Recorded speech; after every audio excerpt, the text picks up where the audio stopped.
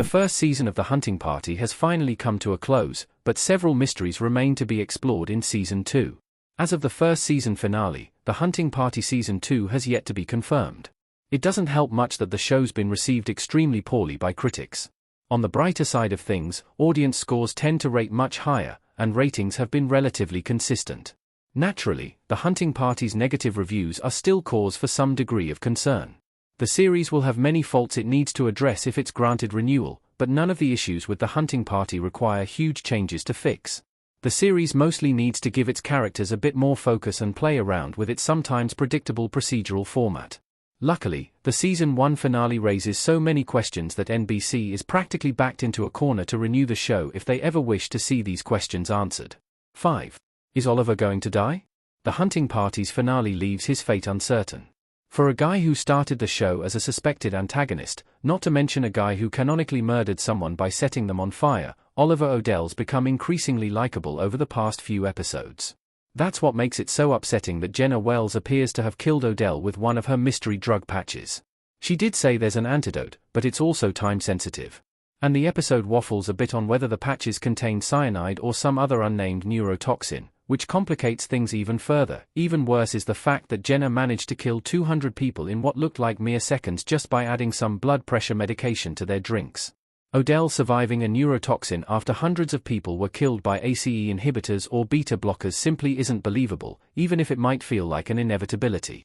But the biggest twist is that the Hunting Party cast didn't know about Odell's potential death, which makes it even more unpredictable whether the writers will make it stick or not. 4.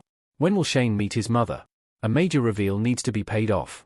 It was already a major reveal when Shane explained that Dulles wasn't his actual father, but rather he was the one man who could identify Shane's mother.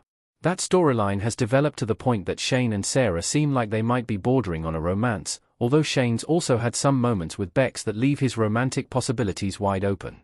Either way, both Sarah and Morales just learned the truth about Shane's mother at the exact same time, while Sarah was hearing the truth from Dulles after Shane decided not to visit him during his brief coma awakening. Morales was tracing the voice on one of Dulles' tapes to learn that Shane's mother is Colonel Eve Lazarus, one of the show's potential main villains. It previously appeared the main villain was James Whitmore, but he's officially dead, whereas Lazarus seems to have a strange desire to see all escapees killed. She's been wanting to meet her son for a long time. Her villainous role might put her on that path in a most unfortunate way. 3. Have other inmates graduated from the pit? Lazarus raises a major question. As if it wasn't a big enough twist that Lazarus is Shane's mother, it's also revealed that she graduated from the pit. This one reveal opens up more questions than the splitting of the atom. The show's premise already establishes that countless fugitives are running around, but the fact that Lazarus left the pit and became a high-ranking government official means there might be other killers hiding in plain sight.